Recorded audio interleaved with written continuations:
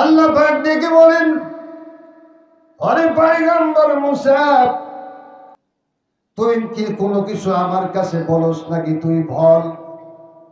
দেখে বলেন, আল্লাহ গো, তুমি কেন ঘুমাও না? তুমি যদি আমাকে একটু বলতা। সুবহানাল্লাহ বলে। আল্লাহ কেন ঘুমায় না? কারণ অতিরিক্ত প্রশ্ন তো করতো মুসা আলাইহিস সালাম। আমরা জানেন একটা জায়গার মধ্যে একটা মহিলা ছিল, তার মা নাই, বাপ নাই, স্বামী নাই, ছেলে নাই, কোনো কিছু, মেয়ে নাই, কোনো কিছু, 24 ঘন্টা আল্লাহর ইবাদত। আযাবের ফেরেশতাকে আল্লাহ ডেকে বলেন, এই মহল্লাটাকে ধ্বংস করে দাও। মুসা আলাইহিস সালাম তার কাছের মহল্লা ছিল, ধ্বংস করে দিছে। মহিলাটা যেটা আল্লাহওয়ালা ছিল তাকে সহই ধ্বংস হয়ে গেল। ইবাদতকারী মহিলা উনি সহ ধ্বংস হয়ে গেল। পয়গম্বর মুসা দেখে বলে, আল্লাহ, মহল্লার সব মানুষ যদি অন্যায় করে থাকে, তাহলে ওই মহিলাটা কোনো মেয়ে নাই, ছেলে নাই, স্বামী নাই, রক্ষণাবেক্ষণার কোনো গাঠিয়ারি তার বলতে কেহ নাই। ও বাবু, তুমি কেন ওই মহিলাটাকে ধ্বংস করে দিলা? সুবহানাল্লাহ। এই মহিলাটাকে তুমি কেন ধ্বংস করে দিলা? এই মহিলাটাকে বাঁচিয়ে রাখতা। আল্লাহ ডেকে বলেন, আরে পয়গম্বর মুসা, তাহলে একটা কাম করো, আমি একটা জায়গার কথা তোমাকে বলবো, এই জায়গাটার মধ্যে যাইয়া তুমি দাঁড়াইবা। তো ঠিক যে জায়গাটা আল্লাহ পাক নেফ করে দিয়েছেন, সেই জায়গাটার মধ্যে মুসা আলাইহিস সালাম যাইয়া দাঁড়াইছে। যেখানে দাঁড়াইছে রে বাবা, এখানে এত মোটা মোটা 20 পিঁপড়া খালি দাঁড়াইতেই বেড়াইয়া ধরছে, দরিয়া 2 ট্যাং লাভ হয়ে গেছে, আর কামড়ানি তো ভালছু। মুসা আলাইহিস সালাম কইলে, কোন জায়গায় খার হইতে দিল আল্লাহ? আল্লাহর আসলে আন্দাজ নাই। সুবহানাল্লাহ। আল্লাহর কোনো আন্দাজ মান্দাজ নেই। আমার এমন জায়গায় খার হইতে দিল, আর লাল পিঁপড়ায় কামড়ায় আমার 14টা বাজে এলিছে। তখন কি করছে, এইভাবে যখন গোসা দিয়ে আমরা পিঁপড়ায় ধরলে গোসা দিয়া দিতেই না, আপনি গোসা দিয়া সব পিঁপড়া ফাউ সাফ করিয়া অধিকাংশ পিঁপড়াই মরে গেছে। আল্লাহ ডাকে বলেন, ওরে পয়গম্বর মুসা, এখন তুমি তোমার প্রশ্নের উত্তর পাইছনি। জোরে কও সুবহানাল্লাহ। কয়, আল্লাহ তুমি বুঝায় দাও আমাকে প্রশ্নের উত্তরটা। বলে, এই জন্য প্রশ্নের উত্তরটা তোমাকে আমি প্রশ্নটা করলাম, এই মহিলাটারে, ইবাদতকারী মহিলাটাকে মহল্লার মধ্যে যত কাফের বেঈমান ছিল তাদের সাথে আমি মেরে ফেলছি। আচ্ছা ঠিকই আছে, তোমারে মাত্র কয়েকটা পিঁপড়ায় কামড়াইছে, সব পিঁপড়ায় তো তোমারে কামড়ায় নাই। সুবহানাল্লাহ। মানুষের টেঙ্গির মধ্যে যদি 100 পিঁপড়া ওঠে, সব পিঁপড়ায় কি আর কামড় দেয়? কিছু পিঁপড়া বাকি থাকে না। ওরে পয়গম্বর মুসা, পিঁপড়ায় কামড়াইছে মাত্র কয়েকটা, আর তুমি হাজার হাজার পিঁপড়া তুমি হাত সাফা দিয়া সব মশা দিয়া মাইরা ফালাইছ। ঠিক না বেটি? এটা কোন লাগে? ও আল্লাহ, অহনকে বুঝে আইছে, অহন বুঝে আইছে তুমি বুড়ি রেখে মারছ। কারণ বালা মানুষের সুদ দেয় তুমি শেষ করে দাও। আমিও বালা পিঁপড়া সহ আমি গোটা দিয়া সব মেরে ফেলাইছি। ও মাবুদ, তুমি কেন ঘুমাও না? প্রশ্ন না?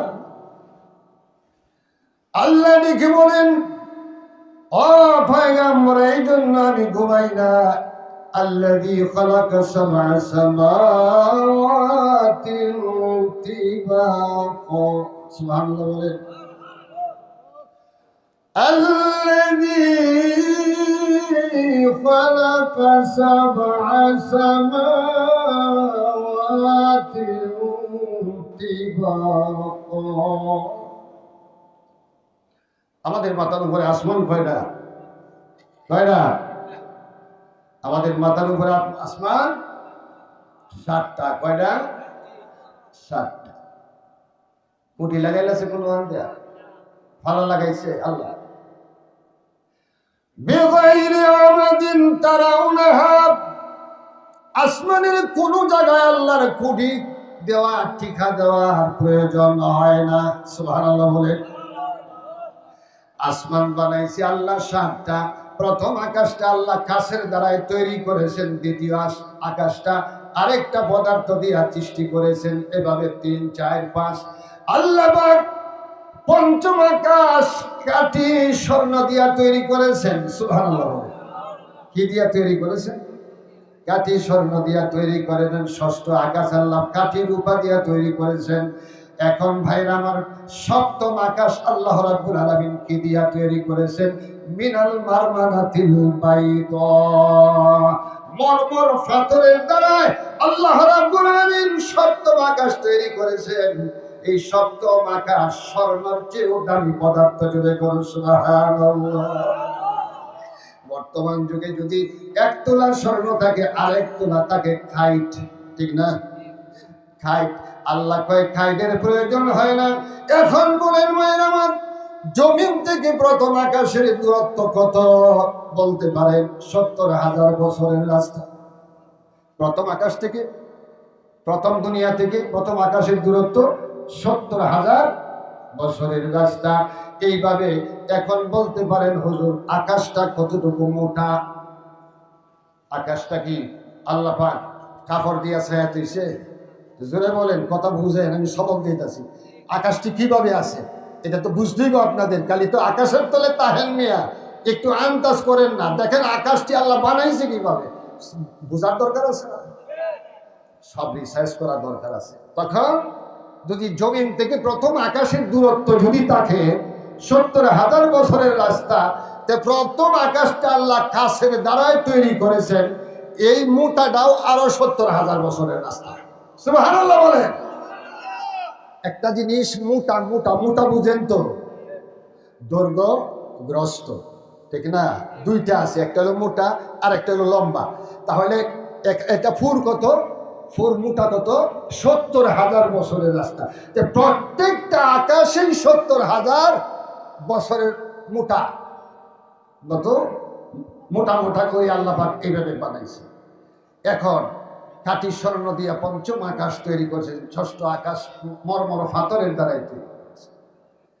আমাদের জন্য সামিয়ানার মতো টানায় দিয়েছেন। সামিয়ানার মতো কি করছে? মাথার উপরে বিঘাইরে আমাদের তারা ওনাহা, কোটির প্রয়োজন হয় না, বিনা কোটিতে আসমানগুলো আমাদের মাথায় এইভাবে আল্লাহ বিছায় রাখছে। আসেন আরেক কথা, আল্লাহ ডেকে বলেন মূসা, কথা মনে আছে? ওরে মূসা, আমি যদি ৭টা আকাশ তোমার মাথার উপরে টানাইয়া যদি আমি আল্লাহ রাব্বুল আলামিন ঘুমায় যাই, আমার যদি তন্দা আসে, ঘুম আসে, গাড়ি চালাইতে যাইয়া যদি কোনো ড্রাইভার ঘুম ঘুম বাবা সে আর পালা করে গাড়ি চালাইয়া যদি মেন রোডে ঘুমায় যায়, ভিআইপি রোডে ঘুমায় গেলে বাবা অ্যাক্সিডেন্ট তো সাথে সাথে হয়ে যাবে। আল্লাহ ডাকিয়া বলে লা তাখুযুহু সিনাতুন ওয়ালা নাওম, আমার কোনো দুর্বলতা নাই, আমার কোনো ঘুম নাই। সাতবক আকাশ যদি এখন আমি আল্লাহ পাক ঘুমায় যাই রে বান্দা, তাহলে এই আকাশটি তোর মাথার উপরে ফরিয়া মরে যাবে। থাকবো মানুষ, থাকবো?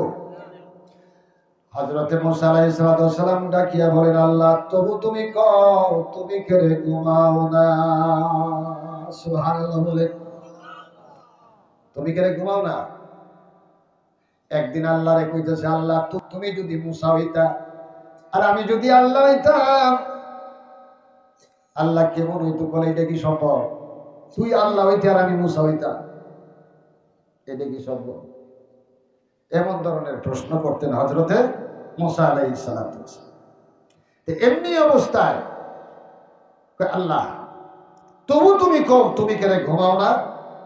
বলে একটা কাজ করে, 2টা কাছের গ্লাস দিছি, তোর ইবাদত করার সামনে যাইয়া রাত্রের যখন 12টা বাজে তখন তুই 2টা গ্লাস পৃথক পৃথক করিয়া পানি ভর্তি করিয়া তুই দাঁড়াইবে, গ্লাসটি যাতে না ভাঙে। সকালবেলায় পানি সহ গ্লাস আমি আল্লাহর কাছে জমা দিই। সুবহানাল্লাহ। পয়গম্বর মুসা ডেকে বলেন, আল্লাহ সাধারণ মাত্র না একটা রাত 12টার থেকে 6 ঘন্টা ঘুমা রইলাম। ও বাবু, এটা কোনো ব্যাপার তো আমার জন্য কখনো না। ইবাদতখানার সামনে যাইয়া 2টা গ্লাস ভর্তি করিয়া পানি লইয়া দাঁড়াইছে। আমি বলছিলাম, বাজান, ঘুমের মালিককে? আল্লাহর কাছে ঘুমের ভলিউম যখন কালী মুসার চোখের ঘুমের ভলিউম আল্লাহ সাধারণ একটু টিপ দিয়ে দিছে। মুসা আলাইহিস সালাম গ্লাস 2টা নিয়া কালী উঙ্গায়ার জিমায় করে, ব্যাপার কি আজকে যেমন কালী বেশি ঘুম ঘুম লাগতাছে? ঘুম ঘুম ভলিউম কারাতে ঘুমে রাইত হইব আর ভলিউম বাড়াইব, রাইত হইব আর ভলিউম বাড়াইব। আরেকবার যখন 2 ঘন্টা পার হয়ে যায়, আরেকটু ভলিউম যখন বাড়াইয়া দিছে, মনে মনে কয়, জানি না রে, আল্লাহর হুকুমটা নিয়ে আমি পালন করতে পারি না। এমন ঘুম আমার জীবনেও তো কোনোদিন দেখি নাই, লাগেও নাই। আজকে এত ঘুম কেন আমার চোখের মধ্যে ধরতেছে? হঠাৎ করে যখন শেষ রাত আসবে, এই মুহূর্তে আল্লাহ পাক পুরা ভলিউম যখন ঘুমের হযরতে মুসার চোখের ঘুমের ভলিউম দিয়া দিলে, তাওরানি কাইয়া এক হাতের গ্লাস আর এক হাতের মধ্যে লাইগা ভাঙ্গিয়া পানি সহ পড়িয়া সুরমার হয়ে গেছে। আল্লাহ আবার কি করছে, কুমডারে যেই জায়গার মধ্যে আছেন এই জায়গার মধ্যে বিলীন করে দিছে। মুসা আলাইহিস সালাম চোখের পানি ছেড়ে কান্দে। যদিও সেটা গ্লাস হয়ে থাকে, সেটা আল্লাহর হুকুম। এখন যদি আল্লাহ পাক বলে, পয়গম্বর রে, 2টা গ্লাসের পানি সহ আমার কাছে জমা দে, আমি আল্লাহর কাছে কি বলবো? ভয়ে কম্পমান হয়ে গেছে, ভয়ে কৈতরের মতো যখন কাঁপতেছে, আল্লাহ সকাল বেলায় ডাক দিয়া কয়, মুসা রে, যে গ্লাস দিয়া 2 গ্লাস পানি দিয়া দাঁড়ায়া থাকতে বলছিলাম, গ্লাসগুলো পানি সহ জমা দে। তখন এই পয়গম্বর সেজদার মধ্যে পড়িয়া যাইয়া ডাকিয়া বলে, আল্লাহ, আমি ভুল করে ফেলেছি গো আল্লাহ, তোমার হুকুম মনে করেছিলাম সাধারণ। 2 গ্লাস ভর্তি পানি নিয়ে দাঁড়াইলাম, এমন ঘুম গো আল্লাহ জীবনে কোনোদিন ধরে নাই। যখন শেষ রাত্র আসলো, এমন ঘুম লাগছে, এক হাতের গ্লাস আর এক হাতের মধ্যে ভারী লাইগা আমার পানি সহ গ্লাস পড়িয়া সুরমার হয়ে গেছে গো আল্লাহ। এই বেয়াদবি তুমি আমারে মাফ না করলে উপায় না। আল্লাহ ডাক দিয়ে বলে, পয়গম্বর, মাফ করে দিলাম, মাফ করিয়া দিলাম, কিন্তু রে পয়গম্বর, বুঝছস নি আমি আল্লাহ কেন ঘুমাই না? সুবহানাল্লাহ বলে, কেন ঘুমাই না তুই জানোস, বুঝছস? বলে, আল্লাহ বুঝার আর বাকি নাই, আমি বুঝছি। এই জন্য ভাইরা আমার, টাকা থাকলে পয়সা থাকলেও ঘুম নাই। বাবারে, ঘুমের মালিক আমার আল্লাহ।